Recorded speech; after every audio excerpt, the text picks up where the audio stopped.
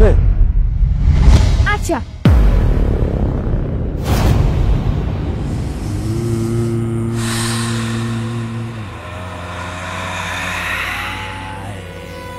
Ulizaa amenikomoa. Kwa taarifa yako, huwezi kunaweka kwenye chupa. Hali ya kuwa unashindwa kuwasaidia watu. Badala yake, wewe ndio unaongezea watu matatizo. Hivyo basi, ni zamu yako kuingia kwenye chupa uliloniweka mimi na kutoka sidhani. Labda mpaka Baba Karobo apone ndio utaweza kutoka. Ni muda wa kuingia ndani ya hili chupa. Hapana.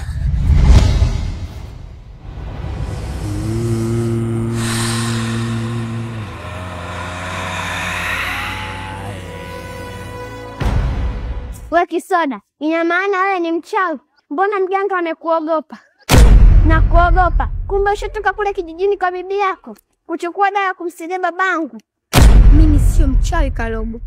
Alafu siniogope. Wewe ni rafiki yangu. Mimi nakupenda. Ndio maana nataka nimsaidie babako. Lakini vita ni kubwa. Lazima tufanye njia iwe nyeupe ili kuingia katika ule msitu wa kale kuchuma dawa ya kumtibu baba yako. Kwa sasa nenda nyumbani. Sawa Kisoda. Kwaheri.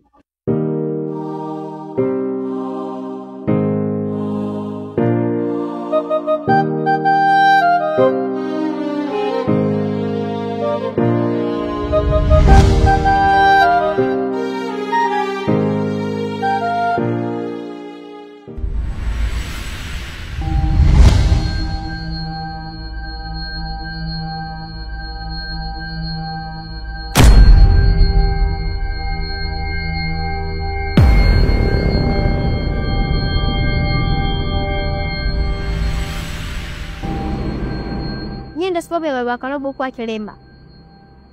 Na mmefanya mpaka sisi kuhangaika kumsaidia Baba Karobo kwa ajili ya ujinga wenu. Sasa chagueni moja. Niwarudishe kwenye pete au mwende msituni mkachukue dawa.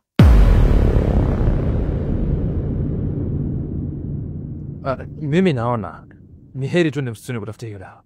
Hamna. Unasikia? Sisi naomba tu turudishe kwenye pete. Tukakae tu kule kwenye pete tulipokuwa. Martin, ndugu yangu, sikiliza nikwambie. Maisha kwenye pete mwenyewe umeyaona. Tunawezaje kurudi tena kule kwenye pete wakati tuna nafasi ya kwenda msituni? Sasa wewe pasa huko msituni unapajua. Wewe ushakwenda, ushasikia nani ameenda msituni na akarudi? Msituni kule hapafai babu. Nisikilize nakuomba. Wewe tusijita jini nani? Turudishe tu kwenye pete. Nisikilize Martin, nisikilize. Msituni tuna nafasi nzuri ya kupona. Tuna nafasi nzuri ya kupambana. Tuna nafasi nzuri ya kurudi na hicho kitu ambacho tunataka tukakipate. Kwenye pete maisha ya kule unayaona mwenyewe, tunaishije kule? Pasa utarudi, una uhakika utarudi. Usimsikilize huyu dada anakuomba, tafadhali nakuomba usimsikilize. Turudi. At least msituni. Ni duniani tunaweza tukapata nafasi. Kwenye pete unajua ni wapi kule? Wewe kwenye pete mpaka sasa tunaona tunatembea tuko wazima tunapona. Kwenye msitu ule hakuna mtu aliyeingia pale msituni akarudi. Mimi ule msitu naujua pasa. Unawezaje kuishi sehemu hauli, haufanyi chochote kama binadamu? Wewe unawezaje kuishi?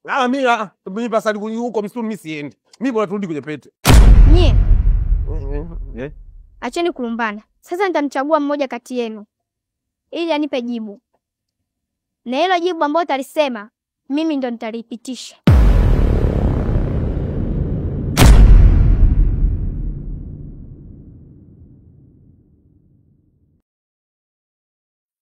Wewe hapa. Bas. Ni kwenye pete. Ni kwenye pete. Yaani rafiki yangu wewe ndo bogus. Najua utakuwa na rafiki kama wewe. Ni kwenye pete. Yaani unasije kufanya maamuzi ya kipuzi namna hiyo. Kwenye pete. Usifikirie dada, kwenye pete. Tumeisha. Bas, kwenye pete. Bora sasa ungechagua mimi. Kwa kuwa mmechagua kurudi kwenye pete, mateso yataongezeka mara 2. Na sehemu ambayo niliyapeleka sio tena ile, nitapeleka sehemu nyingine. Unaona? Si nimekwambia? Kwani hamna namna anaweza kwenda peke yake mimi nikabaki? Tunaenda wote, tulikuwa kama tulipokuja dada, kama ulivyoturudisha tunaondoka vile vile.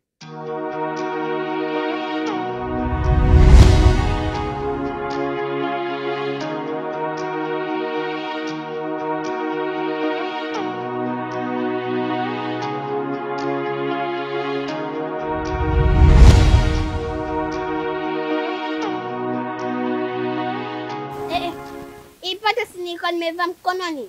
Imeenda wapi? Bahati, umerudi? Ulienda wapi? Halobo, mimi nipo pamoja na wewe. Siwezi kukutupa. Wewe ni rafiki yangu.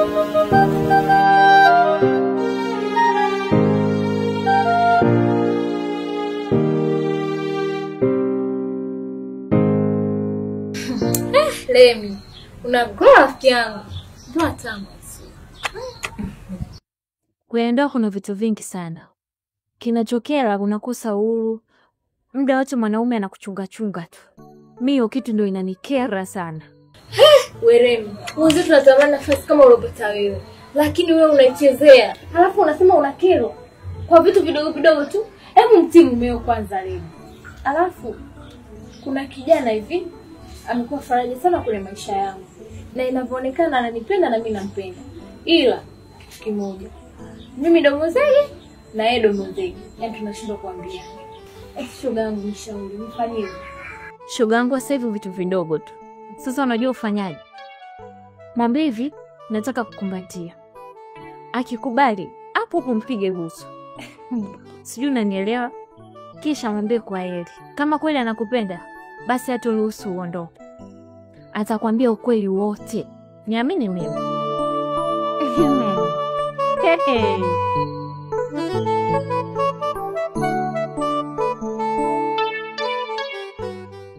Wanawake wanaweza kutufanya tusiongee.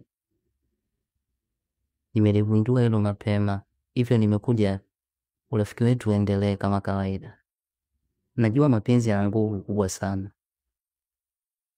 Hata hivyo, siku hiyo umenikuta nimempigia mkeo magoti. Ningekueleza mapema usingenielewa. Naomba nisamehe rafiki yangu kwa kumpigia magoti mke wako.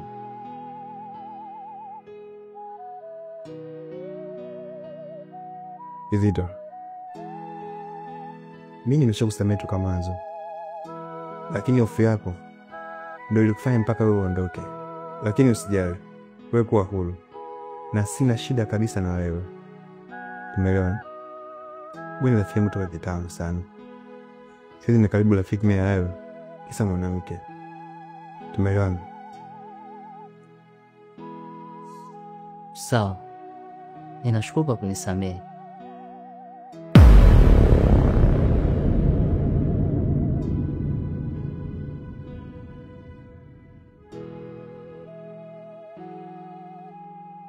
La saizi mume wangu.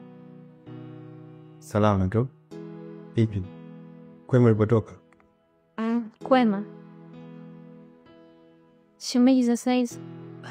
Salama tu shida.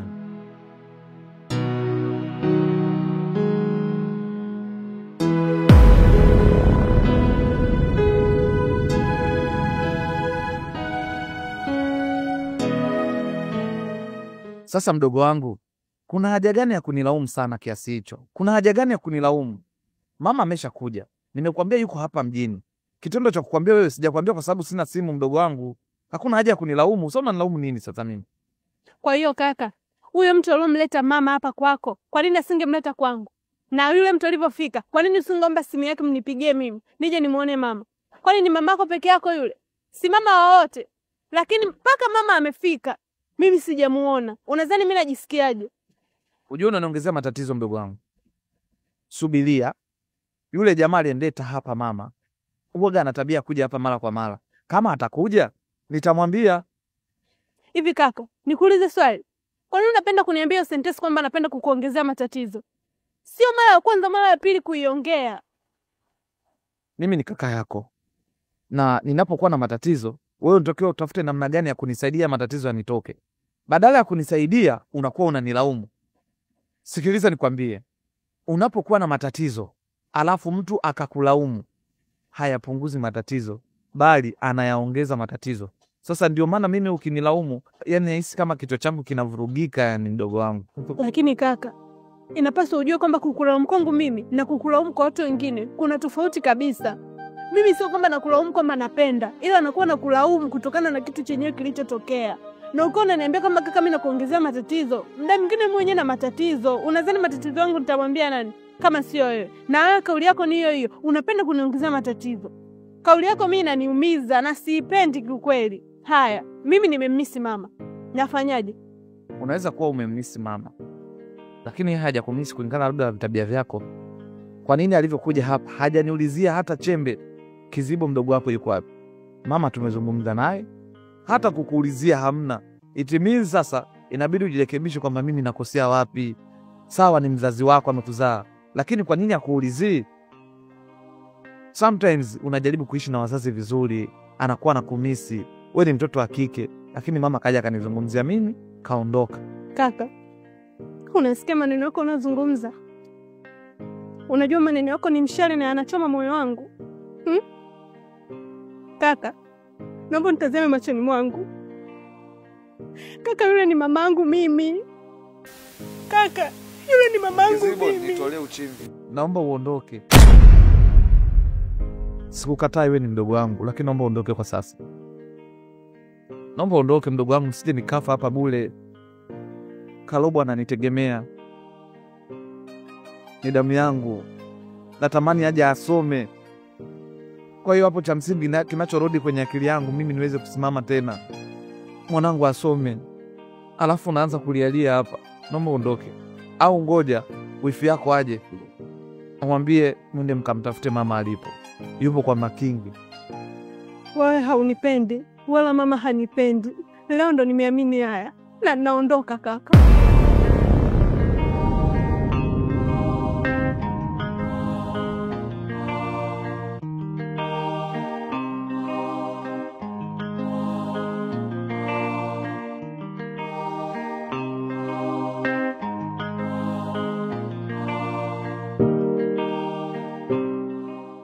Kalobo, shikamoo.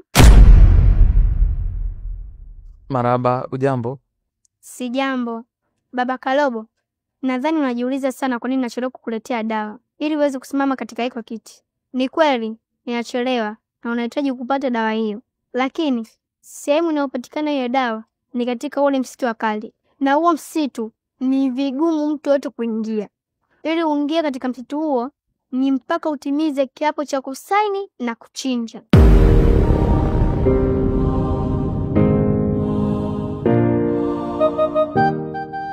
Kwa maana hiyo, muda wote natafuta namna ya kuingia katika huo msitu. Nataka nipate njia isiyokuwa na madhara. Hivyo basi, na kuomba uwe mvumilivu sana Baba Kalobo. Muda wote dawa itapatikana na utapona tu Baba Kalobo, usijali. Umenielewa Baba Kalobo? Kweli binadamu nimeamini kweli hawana jema, eti kisa mali wamenifanyia husuda nikawa kilema, na mke wangu baada maisha magumu wakaamua kwenda. Nateseka na mwanangu, ila ipo siku hali itakuwa vyema.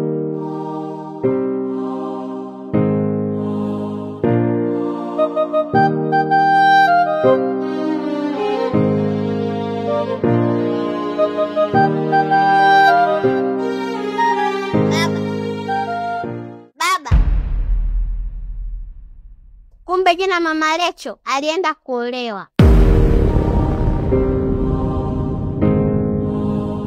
Ameolewa? Ndiyo baba. Sasa kwa nini ameolewa kimya kimya? Kwa nini Mama Lecho hajanipa taarifa kwamba anaenda kuolewa? Na nina njaa kweli. Mimi nimekaa muda wote nasubiria labda Mama Lecho anaweza kaleta chakula. Na Mama Kalobo mwenyewe hayupo hata angepika. Usijali mume wangu. Chakula hiki hapa.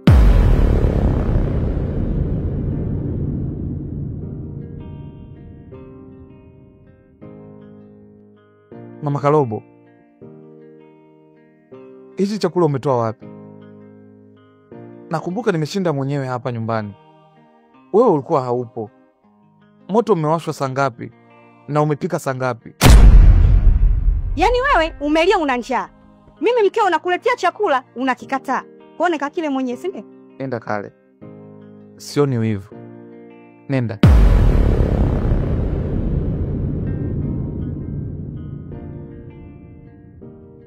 Shika. Hapana. Siwezi kula chakula chako. Ondoka nacho, maana sijui umekitoa wapi.